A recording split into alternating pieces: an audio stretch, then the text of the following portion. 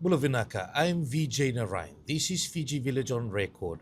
The Department of Environment declined the Environmental Management Plan application for the beach manholes and trenching of conduits relating to the proposed Natadola Google Cable Landing development in Malomalo, Nadroga on 5th February this year on the grounds of community concerns and objections, as well as insufficient social survey and public consultation information.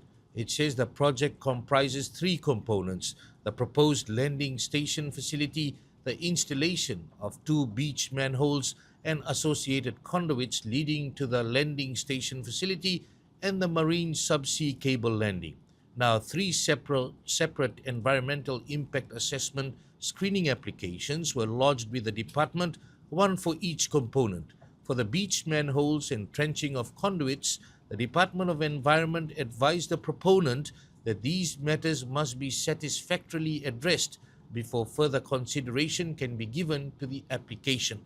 The regulatory status of the other two components is that the Environmental Management Plan, or EMP, has been approved with conditions on 19th July 2024 for the landing station facility, and Environmental Management Plan has been approved with conditions on 23rd September 2024 for the Marine Subsea Cable Landing.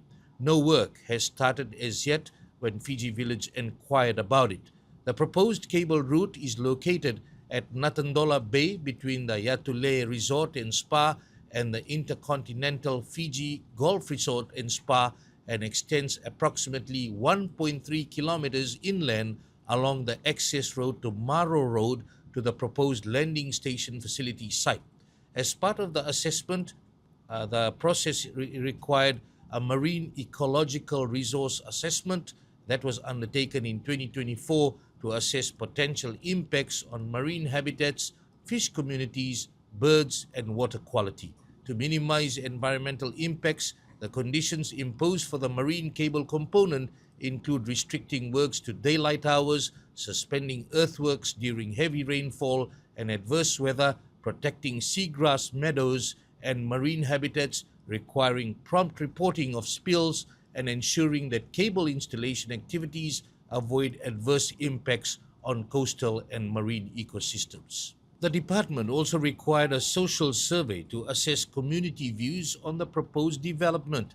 The department subsequently identified concerns regarding the adequacy of the consultation process and requested additional engagement with affected stakeholders, that is, including Vanua Naholo, the Ministry of Lands and Mineral Resources, the Itoke Land Trust Board, and the Nadroga Provincial Council Office.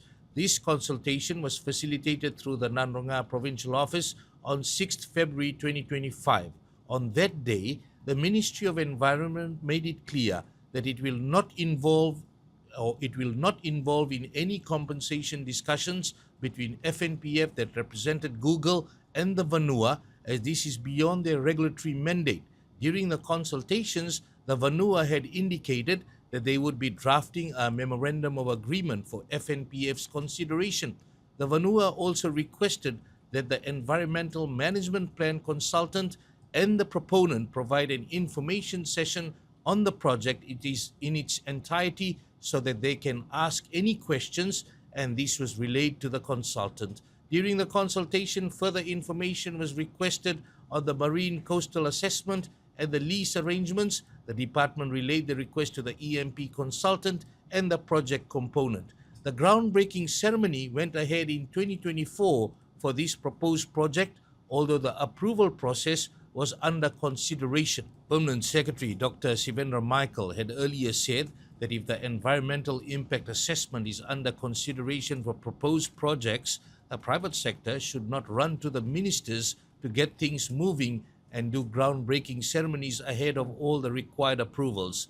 Meanwhile, the Ministry of Environment has today clarified that the proposed Google ICT facility has neither been applied for nor assessed as a hyperscale data center, and the water consumption figures reported internationally for large data centers are not applicable to it. That's the latest so far. Stay with us for developments. For Fiji Village News, I'm Vijay Narayan.